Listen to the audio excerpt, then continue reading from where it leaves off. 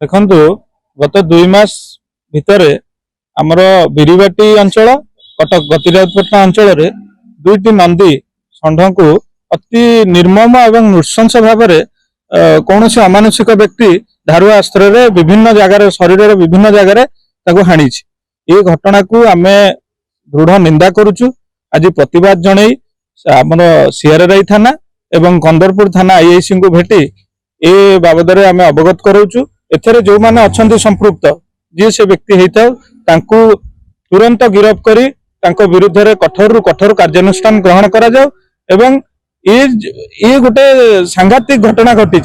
ये घटना जमती अंचल रे आगामी दिन में न घटे से प्रति पुलिस प्रशासन को आम अनुरोध करूँ आपण अवगत करे।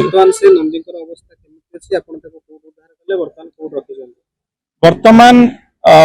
पूर्व जो नंदीटा बिरीबाटी अंचल जोटा को हाणी सी उद्धार हो